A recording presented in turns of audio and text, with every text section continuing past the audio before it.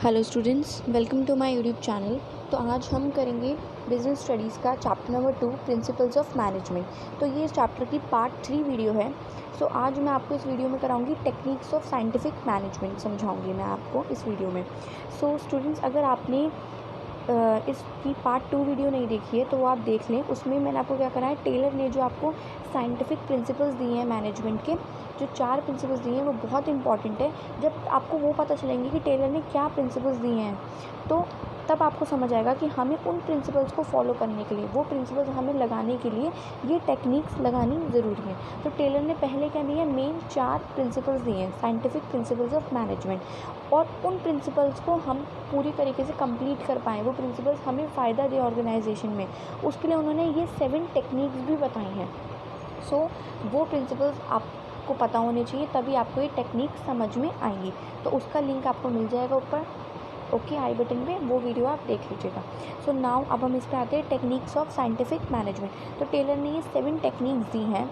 तो इन टेक्निक्स में टेलर ने क्या क्या बताया है, मेनली मैं आपको पहले बता देती हूँ नाम क्या क्या हैं। Functional foremanship, standardisation and simplification, method study, then motion study, then time study, fatigue study and differential piece rate system। तो ये 7 टेक्निक्स दी हैं टेलर ने, फेडरिक विंसलॉ टेलर ने साइंटिफिक मैनेजमेंट की, ओके। और फादर ऑफ साइंटिफिक मैनेजमेंट भी किसे बोलते हैं, फेडरिक विंसलॉ टेलर को। तो ये टेक्निक्स भी बहुत इंपॉर्टेंट है, इसमें से कोई ना कोई एक केस स्टडी तो ज़रूर आता है हर बारी बोर्ड में, तो ये आपको बहुत ज़रूरी है समझना। तो मैं पहले एक एक की समरी बताऊंगी कि इसमें टेलर क्या कहते हैं, फिर मैं एक लाइन आपको रीड करके समझाऊंगी, ओके, डिटेल में। और बहुत ही इजी तरीके से मैं आपको समझा दूंगी। और स्टूडेंट्स, आपको कभी भी बीएसटी में लर्न करने की, रट्टा लगाने की ज़रूरत नहीं है। अगर आप वो करोगे तो आप एग्ज़ाम में भूल जाओगे। उसको समझो, बिकॉज जो भी चीज़ें टेलर ने बोली हैं, जितने भी प्रिंसिपल्स बताए, जितनी भी टेक्निक बताई, ये रियल लाइफ में एप्लीकेबल हैं। रियल लाइफ में ये लगती हैं ऑर्गेनाइजेशन के अंदर। ऑर्गेनाइजेशन में जो एम्प्लॉयज़ हैं, जो मैनेजर्स हैं, वो इन चीज़ों को फॉलो करते हैं। आपको क्यों पढ़ा रहे हैं हम, ताकि आप भी जब आगे जाके मैनेजर बनोगे, जब कहीं भी जाओगे, काम करोगे, तो आप इन चीज़ों को यूज़ करोगे, इसीलिए आपको पढ़ाई जा रही है। सो इन्हें समझने की कोशिश करो, रट्टा लगाने की, लर्न करने बिल्कुल ऐसा मत करना, ओके। सो नाउ अब हम आते हैं, जो टेलर ने पहली टेक्निक दी है साइंटिफिक मैनेजमेंट की, वो क्या है, फंक्शनल फोमेनशिप। अब फोमैन किसे बोलते हैं, जो हमने करे थे ना लेवल ऑफ मैनेजमेंट कि क्या टॉप लेवल मैनेजर होता है, मिडिल लेवल होता है और लोअर लेवल मैनेजर जो होता है उसको बोलते हैं फोमैन, है ना। तो जो हमारा लोअर लेवल का मैनेजर है वो कैसे कराएगा, कि वो कैसे करेगा काम, फैक्ट्री को कैसे संभालेगा। तो इसमें टेलर क्या कहते हैं कि एक जो फॉरमैन है, एक जो सबसे लोएस्ट लेवल का जो मैनेजर है, जो फैक्ट्री को संभालेगा, उसमें सारी क्वालिटीज़ नहीं हो सकती, है ना, उसके अंदर सारी क्वालिटीज़ नहीं हो सकती, सारे फंक्शंस को वो नहीं संभाल सकता। इसीलिए उन्होंने क्या करा कि उन्होंने ये वाली टेक्निक जो है फंक्शनल फोमेनशिप की, वो उन्होंने एडवोकेट करी। उन्होंने बताया कि हाँ, मैं ये टेक्निक लगाऊंगा फंक्शनल फोमेनशिप की अपनी ऑर्गेनाइजेशन के अंदर। और इस टेक्निक में उन्होंने क्या बोला कि मुझे हर काम के लिए स्पेशलाइज्ड पर्सन चाहिए, मैं स्पेशलाइज्ड पर्सन को रखूँगा हर काम के लिए, है ना। और उन्हें पता है कि एक पर्सन के अंदर सारी क्वालिटीज़ नहीं हो सकती। एक मैनेजर जो लोएस्ट लेवल का मैनेजर है, जो फैक्ट्री मैनेजर है, वो सारा काम नहीं संभाल सकता, सब चीज़ में स्पेशलाइज्ड नहीं हो सकता, है ना। तो इसलिए उन्होंने क्या करा, उन्होंने अलग अलग मैनेजर्स बना दिए एक फैक्ट्री को संभालने के लिए। टेलर ने अलग अलग मैनेजर्स, जैसे कि अब आप इस डायग्राम में देख सकते हो, ये फैक्ट्री मैनेजर है, इसको टेलर ने कितने में डिवाइड कर दिया, इन 8 मैनेजर्स में डिवाइड कर दिया। और उसमें भी 2 इन्होंने टर्म्स बना दिए अलग अलग।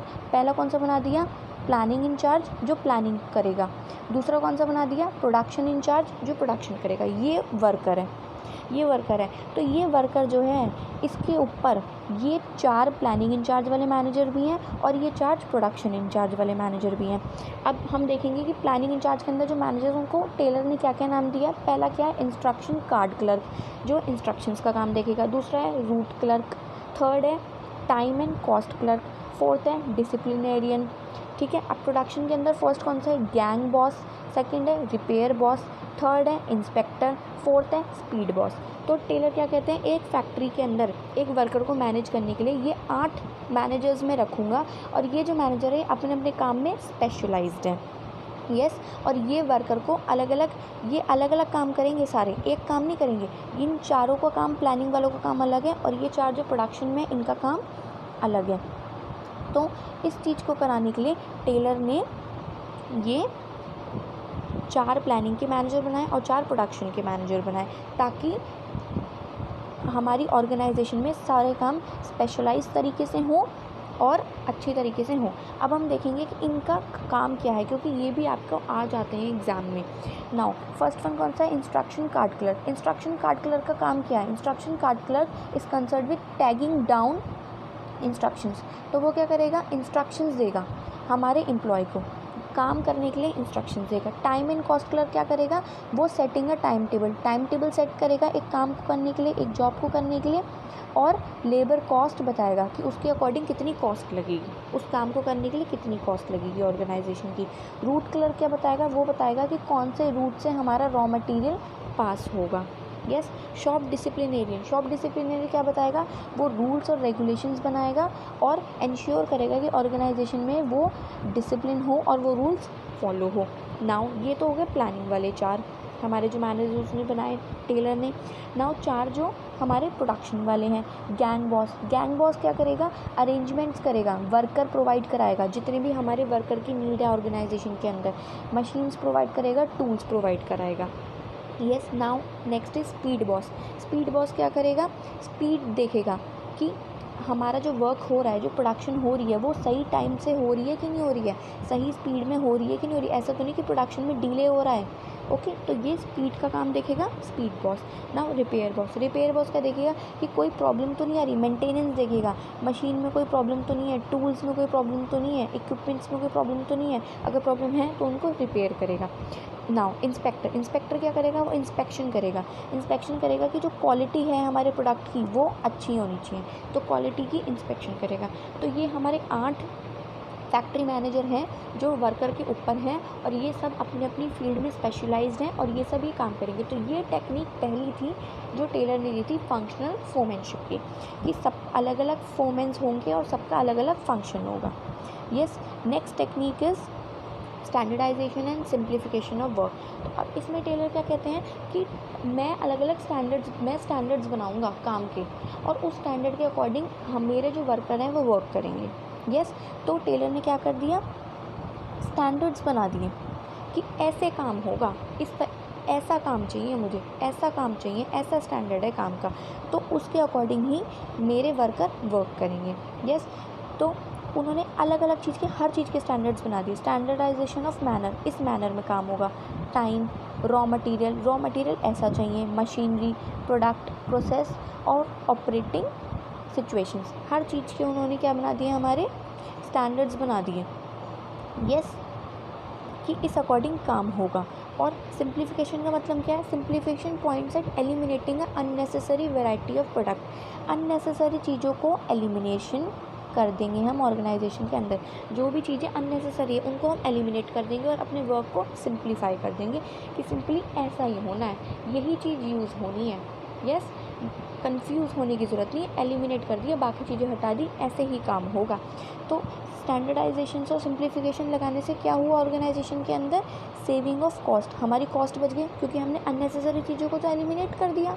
यस, कॉस्ट ऑफ मशीन्स बच गई, टूल्स बच गए, हमारे लेबर बच गया, ज़्यादा लेबर नहीं लगी।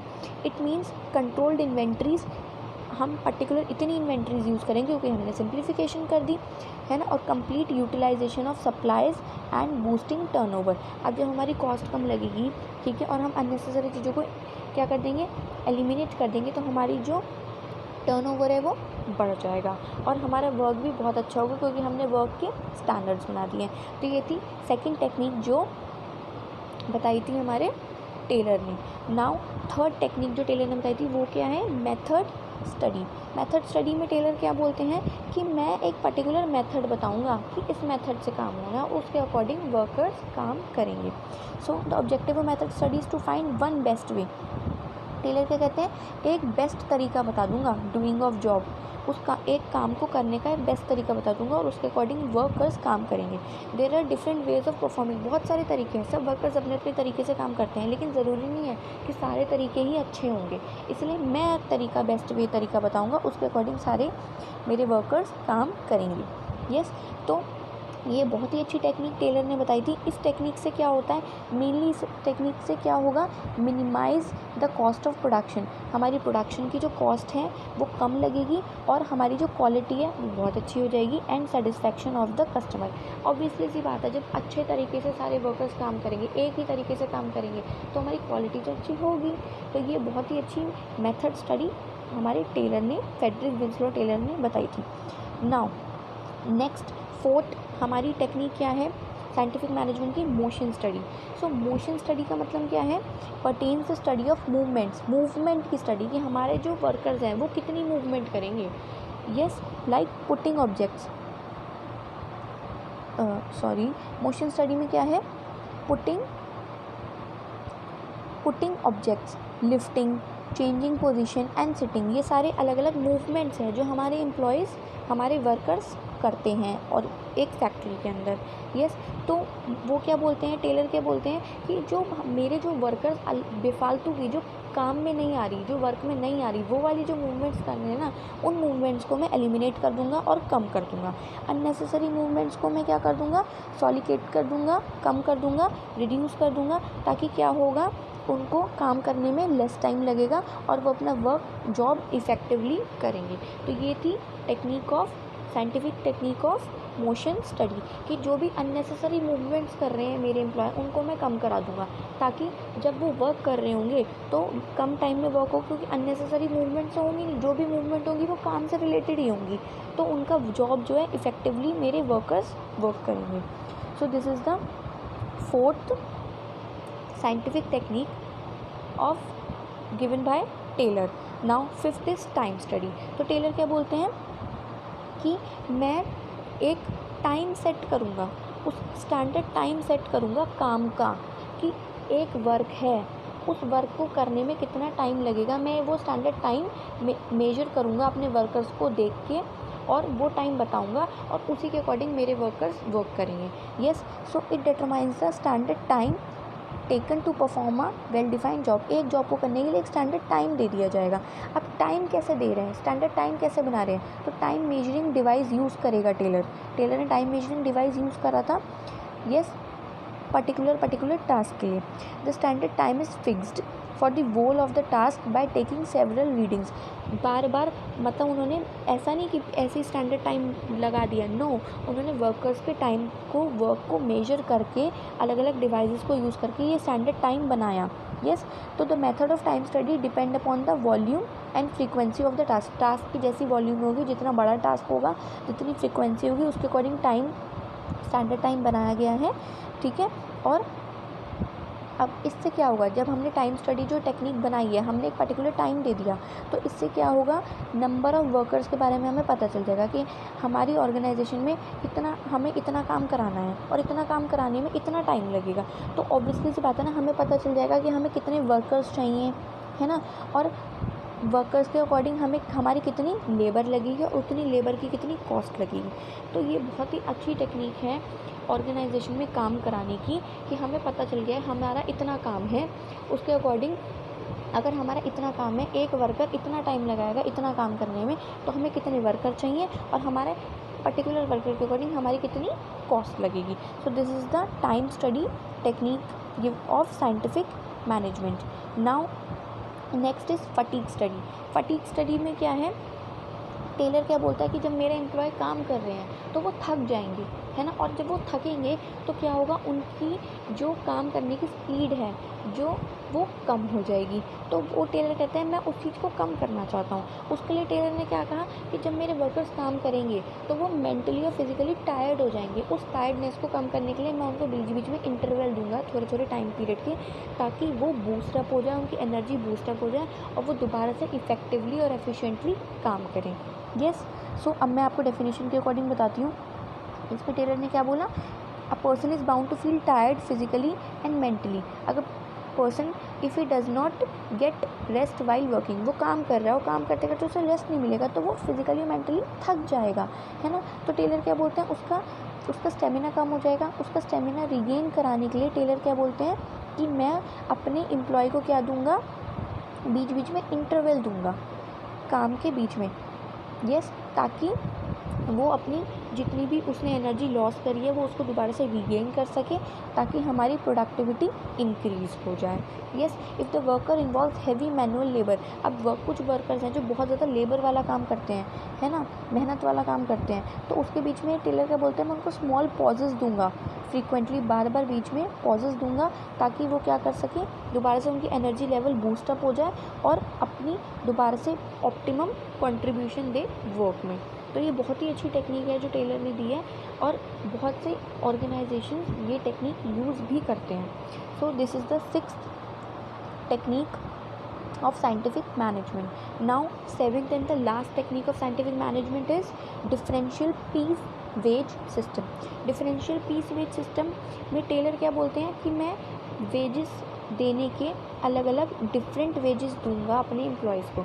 जो एम्प्लॉय अच्छा काम करता है मैं उसे रिवॉर्ड में ज़्यादा वेजेस दूंगा, और जो एम्प्लॉय अच्छे से काम नहीं कर रहा है उसको मैं नॉर्मल वेज दूंगा।